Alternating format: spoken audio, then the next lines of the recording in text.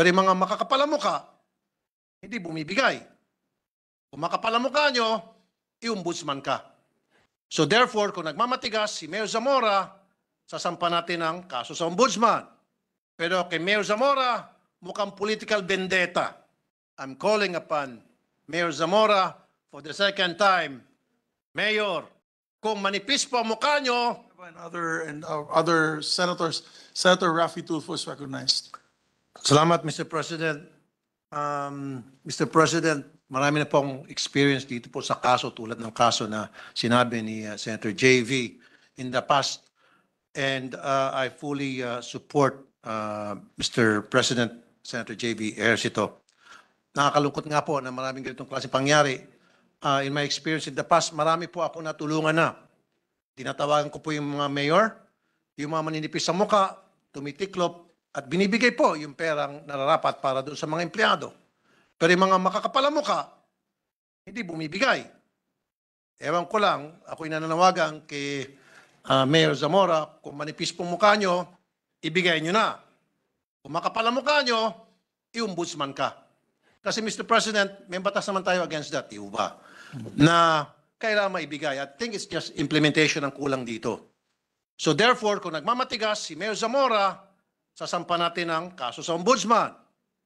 At on top of that, siguro iparating natin sa mga constituents niya, sa mga botante, about his character. And then let the voters decide pagdating na eleksyon kung sisibakin ba o i-retain ang isang lingkod bayan na hindi ginagawa ang tama para sa kanya mga botante, para sa kanya mga constituents. Naniniwala po ako kay Senator JB, sinabi niya, nothing political as far as he is concerned. Pero kay Mayor Zamora, mukhang political vendetta ang nangyari dito. Ang masakit, yung nag-uuntugang bato, dalawang batong nag-uuntugan, ang naipit yung mga maliliit na mga kababayan. Kaya Mr. President, nananawagan ako, it's about time, siguro, pag-isipan kung paano maging stricto yung implementation tungkol sa batas na panggigipit sa mga terminal leave ng mga empleyado.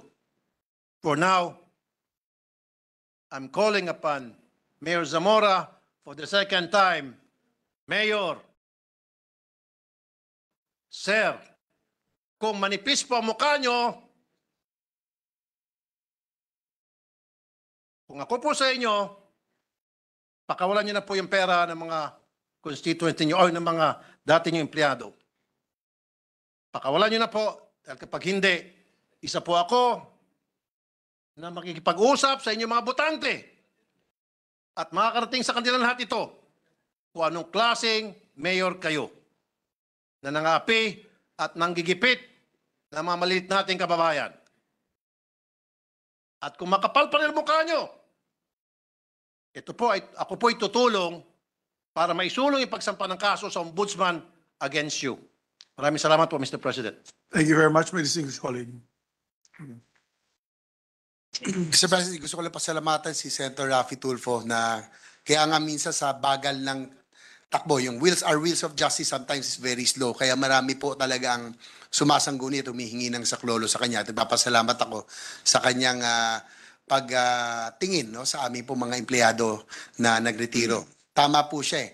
Sana po yung laban, yung away namin sa politika, hayaan na lang namin sa amin as political nemesis. Pero po, wag naman po sanang idamay yung mga nasa baba. Dahil sila po nagsilbi lang, hindi po sila kasama dapat. At ilabas sila sa laban sa politika. Thank you, Sen. Raffy. Thank you, Mr. President. Thank you, Majority Leader. Thank you very much, Mr. President.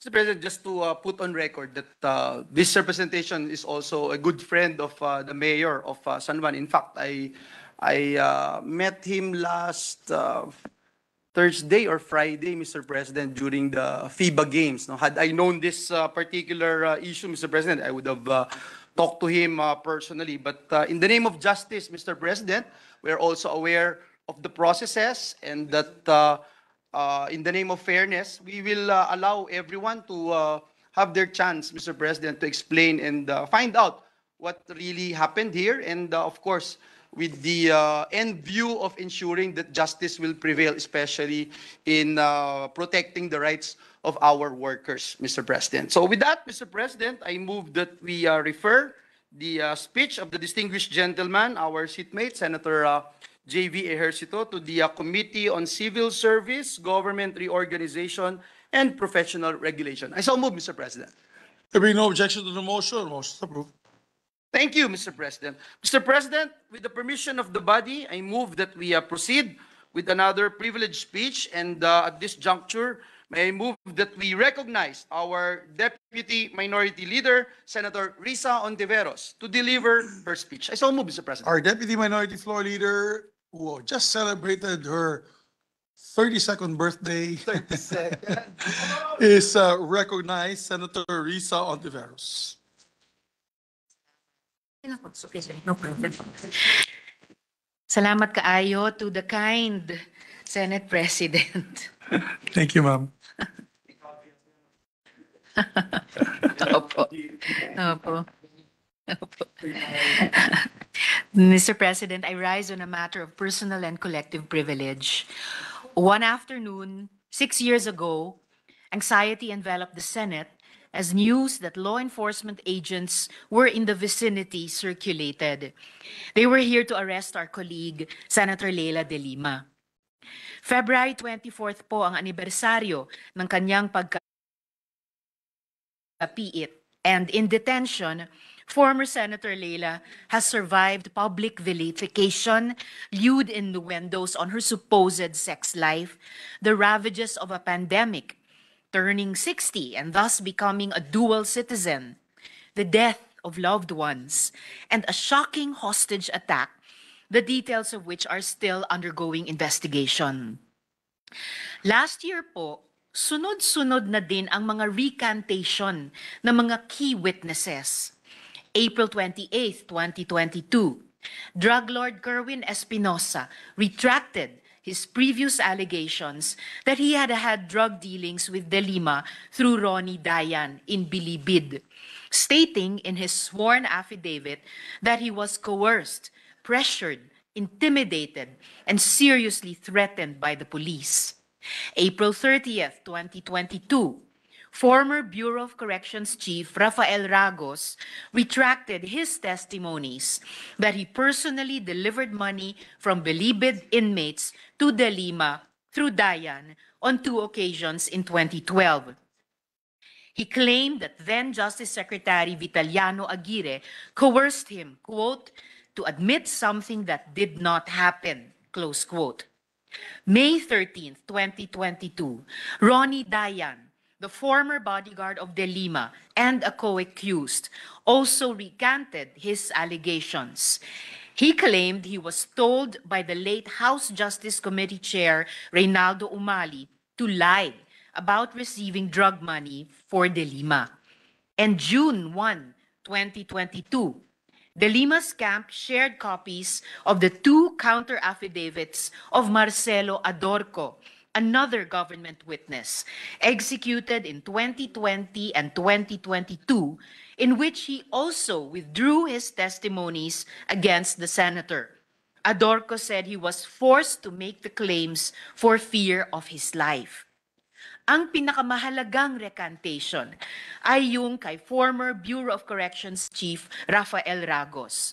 Sa pagrecant ni Chief Ragos, there is no longer any evidence against Sen Leila to prove that she was involved in the illegal drug trade in Bilibid. There are other developments that bear upon the case of our former colleague, Mr. President.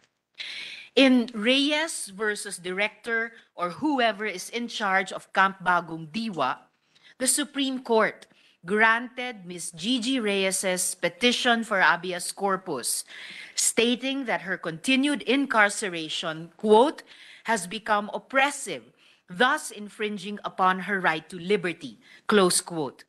It said that, quote, while the writ is generally not available to a person whose liberty is under custody of an officer under process issued by a court or judge, when such custody becomes vexatious, capricious, and oppressive, amounting to an infringement on the constitutional right to speedy trial of an accused, the writ of habeas corpus may be provisionally availed of.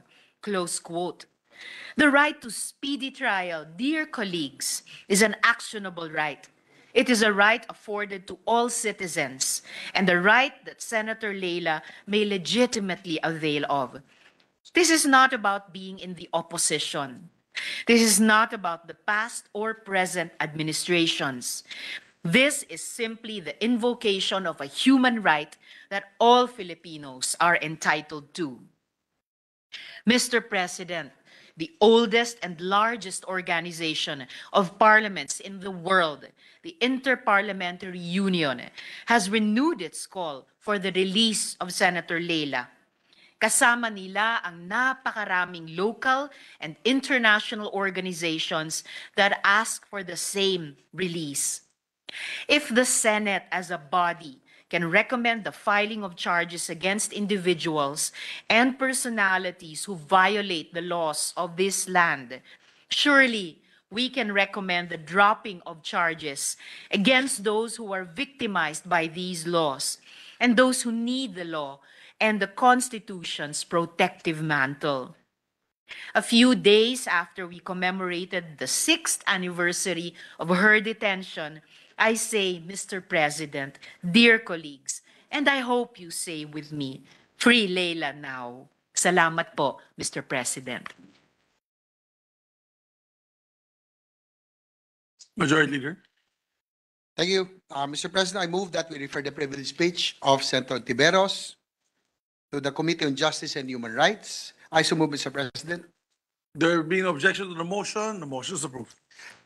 Mr. President, I move that we adjourn session until 3 o'clock in the afternoon of Tuesday, February 28, 2023. There being no objection, the session is adjourned until 3 o'clock in the afternoon, Tuesday, February 28, 2023. Have a good evening, everyone.